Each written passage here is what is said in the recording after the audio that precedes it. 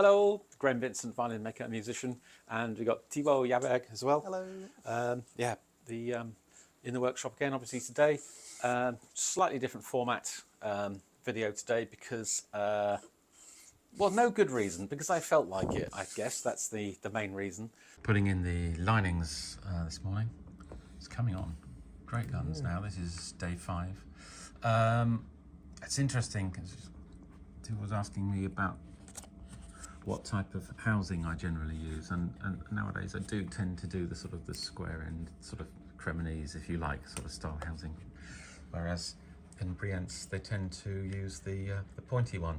Yeah. So actually, I was wondering, do you want to do one side Cremonese and the other side? Oh, why not? Yeah, why not? Yeah, why not? I'd quite like to see that, actually.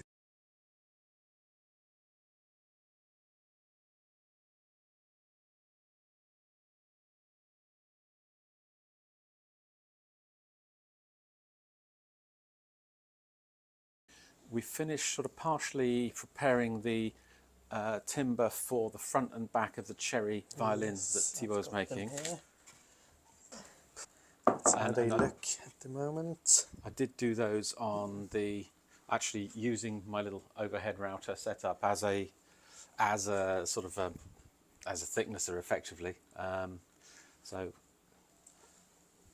yeah, that's what all the fuss is about. We've still still a trace of woodworm there. So anyway, we'll sort that out as we go.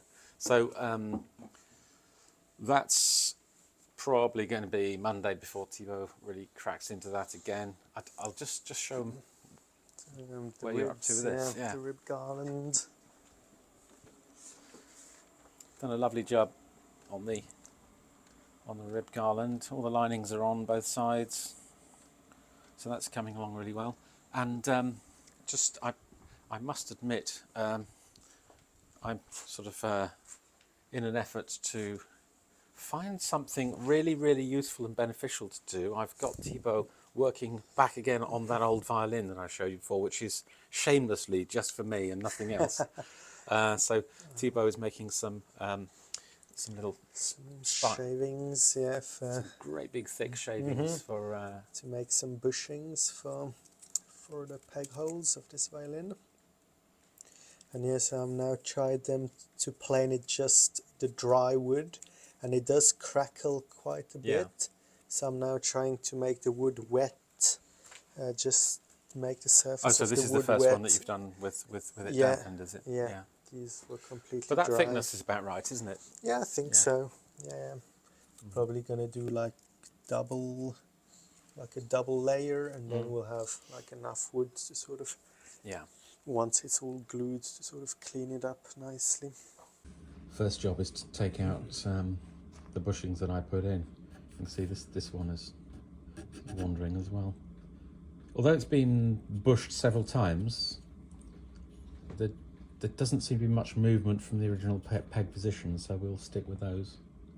Yeah, so for those of you who don't know, I mean, basically the classical kind of bushing in a peg stock is where you put in peg-shaped bits of boxwood normally to fill up the holes, and then you cut new holes. But this is a slightly different method, which is not, I think I've tried it once and it didn't go incredibly well, so I'm quite interested to see Thibaut at work on this one. And yeah, basically you wrap sort of spiral wrap sort of maple into the peg box holes, and of course that gives a completely different grain direction and everything, so it's quite an interesting one. Technically that's the better way to do it, because you then have the grain running like sort of lengthwise around the hole, and you have the same grain direction everywhere, so technically it should give like a smoother feel when tuning. Of course for us it's not going to be very relevant because we're going to use the fine tuning pegs, but like with traditional wooden pegs, technically it makes it easier to tune with spiral bushings. Yeah, so I'm looking forward to seeing that done, I must admit, in my violin. Yeah, I will probably show you the outcome of that on Monday, I should think. Yeah, probably. Right, I think that's probably pretty much all Yeah. we have to say, really. That's is. a short update. It's been a busy morning, but I mean, well, the only other thing is, I mean, no great surprise. I've just carried on with what I was doing yesterday. So this one is ready in the white. Well, it's not quite true, because I got it ready and then I went over it with hot water just to raise the grain, doing the same with the other one. So it will need a tiny bit more sanding and scraping and that before I put some sort of sealer onto it. But I think that's it then. Okay, signing off. Right, Yeah. cheers, look after yourselves. Bye folks, bye.